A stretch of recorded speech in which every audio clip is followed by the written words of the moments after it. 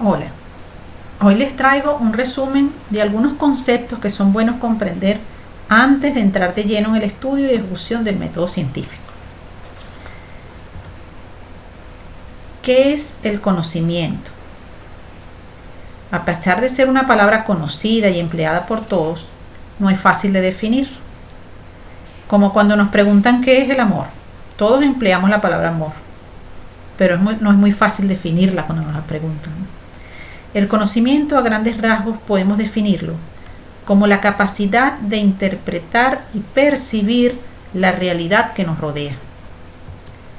A lo largo de la historia del hombre, este ha venido buscando respuestas a sus preguntas, nuevas formas de resolver sus problemas o de enfrentar la vida en sí. El hombre vive en una permanente búsqueda de nuevos conocimientos.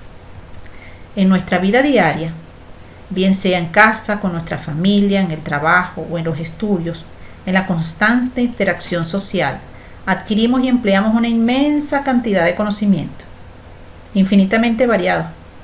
Aprendemos a caminar, a leer, escribir, multiplicar, a manejar, conocemos cómo debemos o no comer, cómo movilizarnos de un sitio a otro, cómo vestirnos según la ocasión, entre muchas otras cosas. Sabemos, por ejemplo, que la leche que consumimos proviene por lo general de las vacas y el huevo de la gallina, pero en algunas ocasiones las cosas no son tan sencillas de percibir. Los fenómenos que ocurren a nuestro alrededor pueden ser muy sencillos o sumamente complejos, para los cuales necesitamos procesos más complejos para comprender y adquirir ese conocimiento. También podemos conseguirnos con conocimientos que pueden no ser muy ciertos, cuyo valor es relativo, puesto que dependen del mundo en que se ha llegado, del modo en que se ha llegado hasta ellos y de la calidad de la fuente. Por ejemplo, muchas veces consideramos que lo que indica la prensa es la realidad de los hechos, pero esto no es así en un 100%, es relativo, puesto que depende de intereses de grupos por correr o no determinada información. Informar en la mente del lector el conocimiento que ellos desean, como puede verse en la publicidad y artículos de opinión, o simplemente que la forma de percibir el hecho puede ser distinta para cada persona. También nos podemos encontrar con otras situaciones donde la información no es totalmente cierta, pero no es porque la fuente quiera engañarnos. Por ejemplo, una persona puede observar un perro en la calle con lesiones en la piel e indicar indiscriminadamente que el animal tiene sarna. Tal vez porque tuvo un perro con lesiones parecidas al cual le diagnosticaron sarna, y él lo asume. O por oír el comentario de otros. Pero la aseveración es relativa, puesto que hay muchas enfermedades de la piel que ante ojos inexpertos podrían confundirse.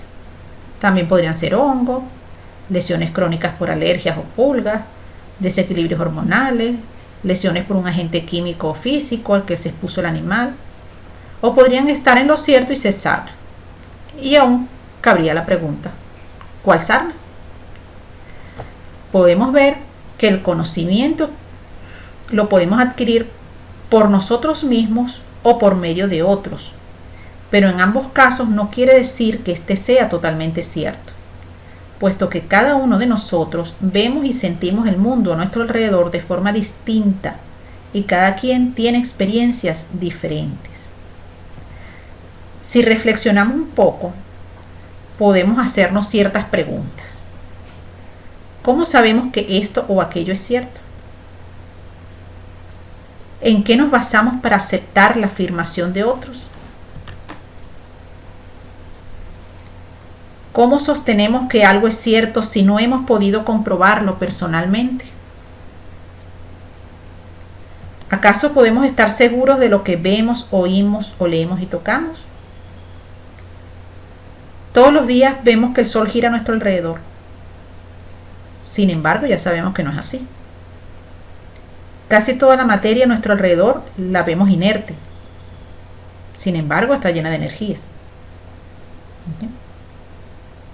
Debemos tener clara la diferencia entre estos dos conceptos,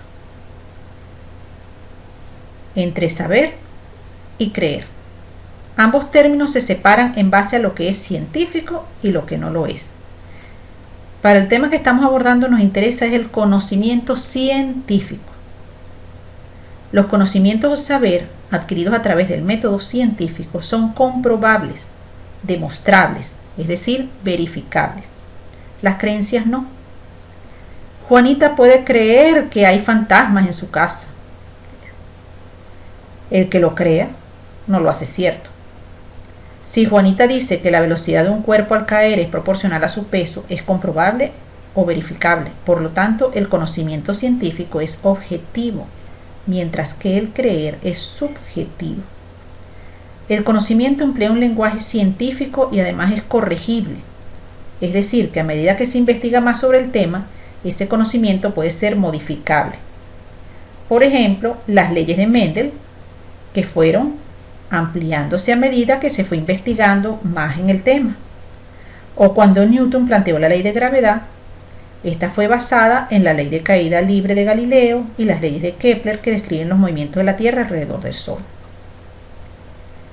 Ahora bien, para que el conocimiento sea científico, debe cumplir entonces los siguientes requisitos. 1. Que identifique las características, propiedades y relaciones del fenómeno en estudio, o sea, la descripción del fenómeno, o de los objetos sobre los cuales se elaboran las proposiciones teóricas o leyes. Que tenga un uso adecuado del lenguaje en la formulación de las proposiciones. Que se apoye en la lógica para la construcción de la teoría. Y principalmente que emplee el método científico para validar sus teorías. Ok, ya comprendiendo el concepto de conocimiento, entonces podemos definir qué es ciencia. Okay. La ciencia la podemos definir como un conjunto de conocimientos, por eso debíamos saber primero qué era conocimiento. Es un conjunto de conocimientos sobre una determinada materia, que nos conducen al progreso del hombre, al desarrollo social. Es el conocimiento sistemático que el hombre aplica sobre una realidad determinada, expresada por un conjunto de proposiciones a partir de las cuales se validan y formulan alternativas de esa realidad. La podemos clasificar bien de acuerdo a los objetivos a investigar o según el tipo de interés que orienta la búsqueda del conocimiento. De acuerdo a los objetivos a investigar, conocemos que existen las ciencias formales y las ciencias fácticas o empíricas. Las ciencias formales tienen como objeto del conocimiento objetos ideales en los que se opera deductivamente, como la matemática y la lógica. Se refieren a conceptos abstractos producidos formalmente sin basarse en situaciones percibidas por la experiencia. Mientras que las fácticas o empíricas son las ciencias que se ocupan del mundo físico y toman como su objeto de estudio hechos o situaciones percibidas por la experiencia del hombre. Eso nos ayuda a diferenciarlas. En las formales no se basan en la percepción y las fácticas sí. ¿Okay? Las formales se aplica la lógica. En las fácticas, ellas se pueden clasificar también en humanas o de la cultura y en ciencias naturales. Entre las humanas o de la cultura son aquellas que estudian al ser humano en sus manifestaciones sociales y culturales, como es la psicología, la historia, economía, sociología, etc. Y las naturales como la física, la química, la biología, psicología, etc.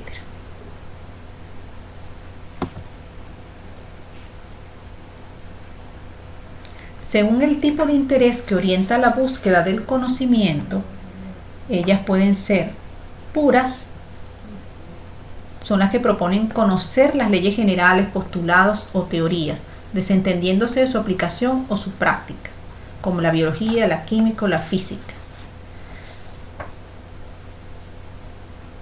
Son aquellas que nos permiten o que manejan conocimientos los cuales no van a poder ser aplicados de forma inmediata. En cambio, las ciencias aplicadas se concentran en aplicar los conocimientos obtenidos por las ciencias puras, como la electrónica, la medicina, la ingeniería. Ellas requieren de los conocimientos generados por las ciencias puras para poder desarrollar las ciencias, los conocimientos aplicados. Okay.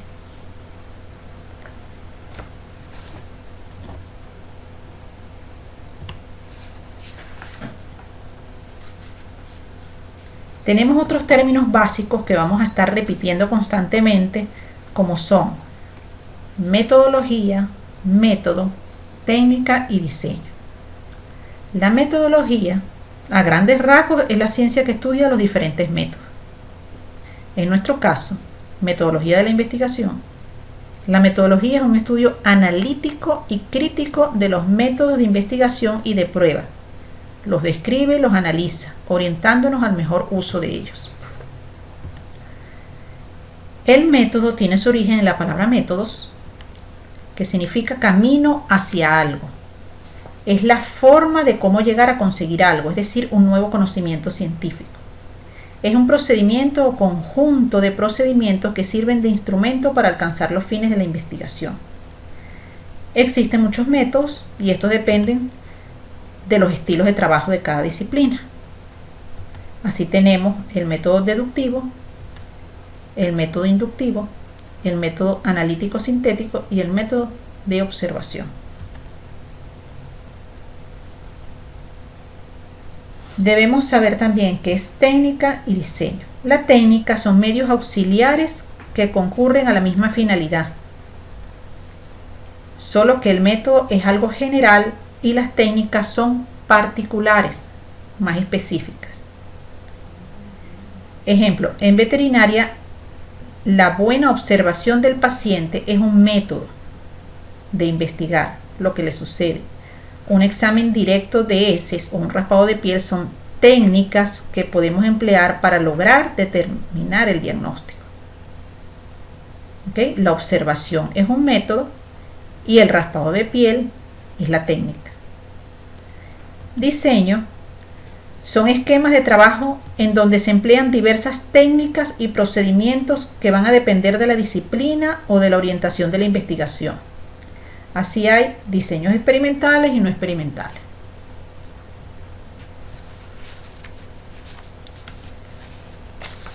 Conociendo ya estos términos y lo que es el término conocimiento científico, existen varias fuentes para adquirir el conocimiento en general, que es la experiencia, la autoridad, el razonamiento deductivo, inductivo y el método científico o inductivo deductivo. O sea, el método científico es una fuente de conocimiento. La experiencia. La experiencia es la fuente del conocimiento más común, más conocida y tal vez la que más inconscientemente empleamos. Gran parte del conocimiento que se transmite de una generación a otra se basa en las experiencias. En base a nuestra experiencia podemos conocer la mejor vía para llegar a casa más rápidamente, o cómo enamorar a una chica, cómo manipular un animal sin que nos haga daño ni nosotros provocarle daño.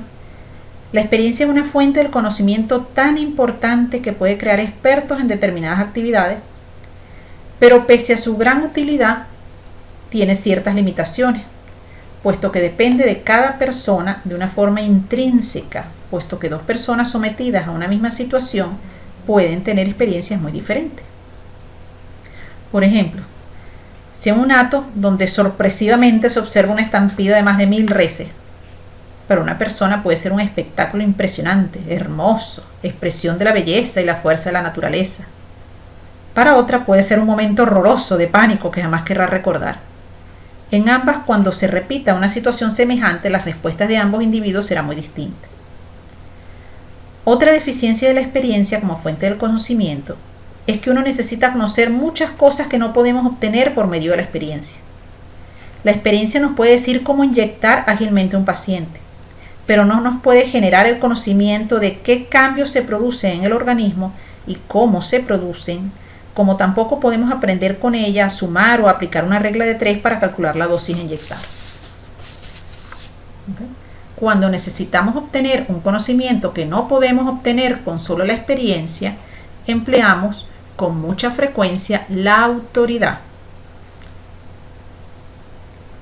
La autoridad, cuando buscamos una autoridad en la materia, buscamos un experto. Cuando estamos enfermos y no sabemos qué tenemos, buscamos un médico, el estudiante busca al profesor o los libros, que también pueden considerarse una autoridad. El ganadero busca al veterinario. Pero siempre debemos hacernos una pregunta: ¿cómo tiene esa autoridad su conocimiento? Antiguamente se consideraba totalmente cierto todo lo que una persona por su posición de autoridad indicara. El rey, el jefe, los sabios, Aristóteles, Platón. Hoy en día hay más renuencia con lo que una persona indique, solo por su posición o rango. Las afirmaciones de una autoridad son aceptadas solo cuando se basan en la experiencia o en otras fuentes reconocidas de conocimiento. El defecto que puede conseguirse en esta fuente del conocimiento es que los expertos no son infalibles. Nadie es perfecto y en muchos casos sus afirmaciones se deben más a opiniones personales que a los hechos reales. Tenemos también entonces el razonamiento deductivo. Esta fuente del conocimiento se basa en un método sistemático para descubrir la verdad, creado por los filósofos griegos Aristóteles y sus discípulos. Es un proceso de pensamiento en el que de afirmaciones generales se llega a afirmaciones más específicas aplicando la lógica. Se hace por medio de enunciados denominados silogismos, que comprenden tres elementos básicos: una premisa mayor, una premisa menor y una conclusión. La premisa mayor, por ejemplo: la rabia ataca a todos los mamíferos. La premisa menor: el hombre, el perro y los bovinos son mamíferos. La conclusión: pues por lo tanto, la rabia puede atacar al hombre, al perro y a los bovinos. Las limitaciones de esta fuente del conocimiento es que es necesario iniciar con premisas verdaderas para llegar a conclusiones válidas. Si no, llegaremos a conclusiones totalmente incorrectas. Es necesario tener el conocimiento inicial, y esta fuente no crea verdades nuevas, solo puede organizar las que ya se conocen y señalar nuevas relaciones al pasar de lo general a lo específico.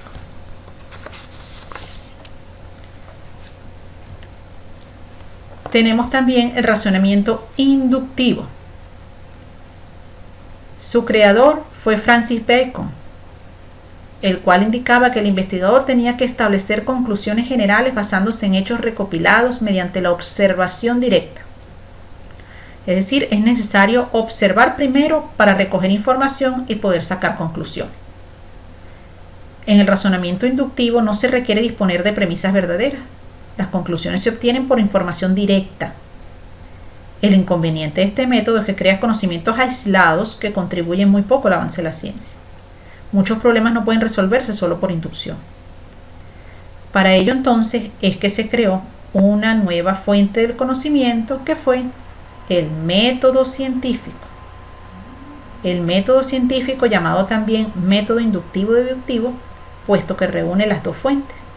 Este método es el que se desarrollará en el transcurso de toda esta asignatura. Vamos a ver que está distribuido a grandes rasgos en 4 momentos: momento lógico, metodológico, técnico y teórico de síntesis, que lo vamos a ir poco a poco desarrollando en los siguientes videos. Muchas gracias por ver este video, espero que les haya sido de utilidad.